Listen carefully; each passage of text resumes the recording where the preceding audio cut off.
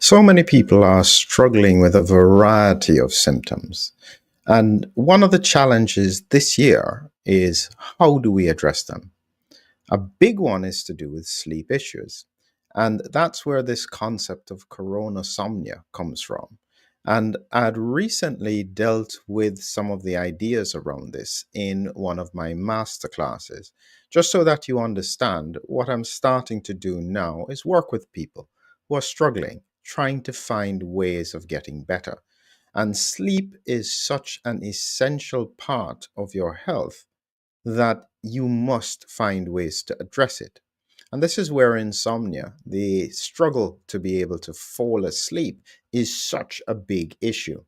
And when I look at some of the benefits that you can have just from having good sleep, you can see that you can have better decision making, improved memory, ability to handle stress, better immunity, improved physical health, energy, sharper concentration. These are all things that come from good sleep.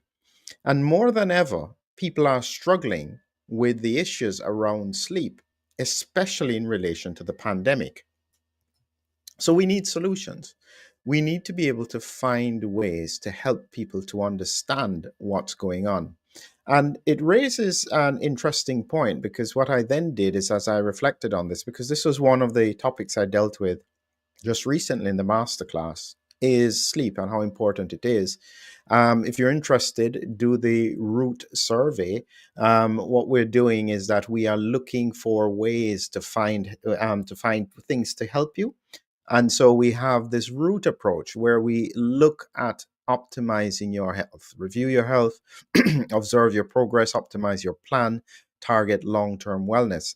And this is largely because so many people need help. And it's really difficult to give them just in sound bites or even with regards to the presentations if this is quite complex. Now, when you look at what information was out there, and they were talking about coronavirus in the workplace, and this was an interesting study that was done all the way in 2022, and they called it coronasomnia in employees without direct contact with COVID 19 infected patients in their workplace. And so, coronasomnia is a terminology that did come out of the fact that people were having difficulty sleeping. And they specified it here a bit more: coronasomnia, a constellation of symptoms associated to the sleep impairment during the COVID 19 pandemic.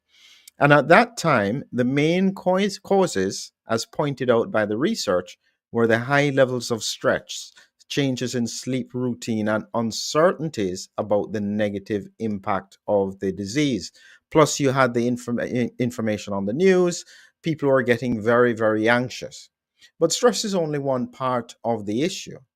What is now happening is that COVID infection, in and of itself, does seem to have an impact on sleep. And so, if you are struggling with sleep issues, this may be very, very relevant. If you have new sleep issues, this may be very relevant. But for people who haven't had any issues in the past, this is fine for them. They are not necessarily worried.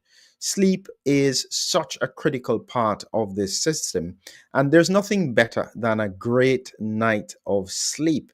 So wonderful to have. Now, you just have to remember, as I skip through some of these slides, in terms of the sleep rhythm, normally in the day, cortisol is up, keeps you awake, melatonin is low. But as you go into the evening, the melatonin goes up and the cortisol falls. You can then fall asleep. This is only one part of this system that you have. But critically, what you also have is the fact that this sleep rhythm that you get with is around a switch, a sleep switch. This is the bit that is really, really important. There are two parts of the brain, and this is just a simplified version of it. So you have here the brain. You have on this side the VLPO, ventrolateral preoptic nucleus. And on the other side, you have the tubular nucleus. And these two are almost in a tug of war all the time. And in essence, you either are awake or asleep. It's an important thing because you can't be partially asleep. you either are awake or just fall asleep. And the sleep is like a switch. When this dominates, it literally switches off everything else. When this dominates, it switches on just like a light, and this can't override it. And the two together are balancing all the time. And anything that interferes with that switch is really, really part of the reason why people can't sleep. If you've ever had this experience at 2 o'clock in the morning, it is awful. It's terrible. You just can't go to sleep. Now, for most people, that is a one off experience and they don't get it in the regular circumstances of their life. What then happens is that what happens to those people who are struggling almost on a daily basis with regards to sleep? And then it gets worse around the pandemic because no longer is it just about stress because most people are relaxed these days. This is now literally about what happens when the virus causes an infection and associated inflammation. Here is an image as to what you need to have to fall asleep. If your VLPO is primarily in the on position and the tubercular nucleus is on, you're awake. If this is on and this is off, you're awake. In order to fall asleep, both of them have to be in the off position in a sense. And that's how the switch works. And anything that interferes with any side of it is going to have an impact on sleep. And what it seems as though is happening is that this VLPO region of the brain gets inflamed around an infection. And sometimes it's an immune related process. So it's not working as well.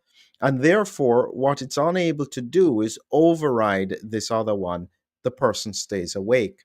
And when we looked at the data that came out of the